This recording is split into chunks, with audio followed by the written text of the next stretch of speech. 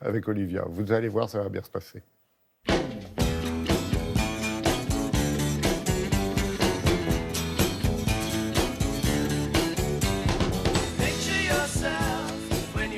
Oui, l'orthographe, ça peut être ludique quand même, surtout quand on plonge dans un bouquin qui peut nous passionner.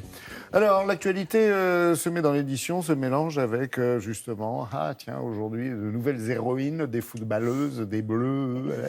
Oui, avec ce grand jour de match aujourd'hui et d'ouverture de la Coupe féminine, un petit livre qui n'a l'air de rien, Lily veut jouer au foot, dans la collection Ainsi va la vie, collection mythique, Dominique de Saint-Mars et Serge Bloch. C'est le 120e titre de cette collection. Oui. Vendu à combien 18 millions d'exemplaires. C'est vraiment... ce sont des livres qui donnent envie de lire aux enfants. Moi, j'ai 2 bottes secrètes. Pour les tout petits, Max et Lily. Pour les un tout petit peu plus grands, David Walliams chez Albin Michel. Ce sont les 2 auteurs qui font vraiment lire absolument tous les enfants les plus rétifs. Lily veut jouer au foot donc. Lily, oui, tout d'un coup, à la cour de récré... Et pourquoi pas ? Elle découvre... Pourquoi pas, le bonheur de shooter dans un ballon. Sauf que les garçons, ils n'aiment pas trop ça. Avec sa copine Marlène, qui est déjà une championne, elle se met comme ça à progresser. Et les garçons, ils n'aiment pas perdre devant les filles. Ne dites pas ça sur ce ton-là, s'il vous plaît. Ils sont mauvais joueurs. Alors, ils essayent tout. Ils disent on a fait exprès de vous laisser gagner. Bien sûr. Ouais. Ou alors, ils disent pour des filles, vous jouez pas mal. Ou alors, au contraire, ils disent salut les mecs. Bref, Lily ne le vit pas très bien à l'école. Et à la maison, c'est pas facile non plus. Parce que son frère Max, lui, finalement, il n'aime pas tellement le foot. Mais il n'aime pas tellement l'idée que sa sœur soit meilleure que lui. Il y a une petite page que j'aime beaucoup avec la réaction des parents. Le père, il dit « Oh, super, bravo, Lily, tu vas bientôt pouvoir me battre. » Mais il dit à son fils « C'est toujours toi le champion. » Alors que la mère, elle dit à ses enfants « Il y a 2 champions maintenant dans la famille. » Cette petite histoire, elle est, comme toutes les histoires de Dominique Saint-Mars, très bien racontée, parce que je pense vraiment qu'elle parle à tous les enfants et que derrière cette histoire banale, c'est évidemment les stéréotypes qui sont attaqués. Et comme finit par le dire la maman, toutes les filles n'aiment pas les mêmes choses, tous les garçons n'aiment pas les mêmes choses, tout le monde a ses goûts, chacun est unique, mais évidemment, filles et garçons, on est tous égaux. Livre d'utilité publique. Mais oui, à la fin du livre, comme dans toutes ces petites aventures, il y a des petites questions très malines qui sont posées aux enfants.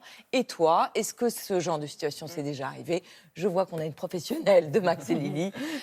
Cette collection a été beaucoup copiée, jamais égalée. C'est chez Calligramme. Et cette année, d'ailleurs, on revient à l'orthographe. Il y a même des cahiers de vacances Max et Lily qui sont lancés. 10-11 ans, c'est ça ?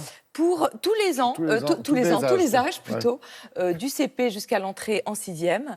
Et je les ai regardés hier soir, c'est drôlement bien fait, parce que ce sont les programmes de l'Éducation nationale, et en même temps, par nos amis Max, Lily, Marlène. Tu étais au niveau très amusant. Quand tu l'as fait hier soir ? Oui, je suis rentrée en 6e hier soir. Voilà. Chaque chose en son temps, Carole, s'il vous plaît. Il reste à peine 2 minutes. Oui. Ça, vous allez adorer, je l'ai choisi exprès pour vous, Laurent. Michael Ondaatje, Ombre sur la Tamise aux éditions de l'Olivier. Michael Ondaatje, c'est l'auteur du Patient anglais.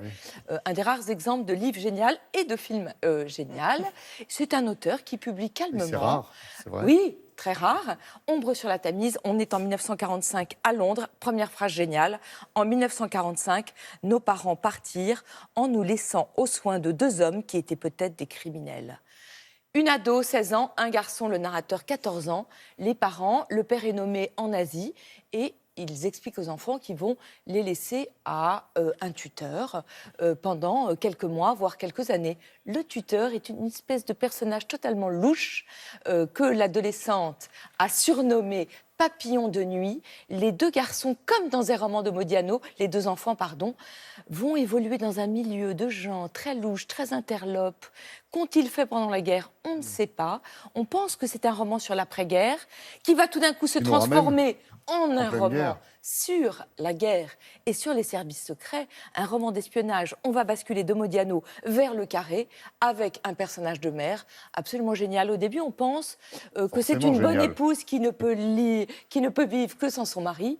Après, on va s'apercevoir que Alors, je ne peux pas vous en dire plus, parce que Frisson. sinon, vraiment, je déflore le mystère. C'est magnifiquement écrit, c'est magnifiquement construit. Chaque mot compte. Vous avez une phrase, page 12, et page 150, vous trouvez sa résonance.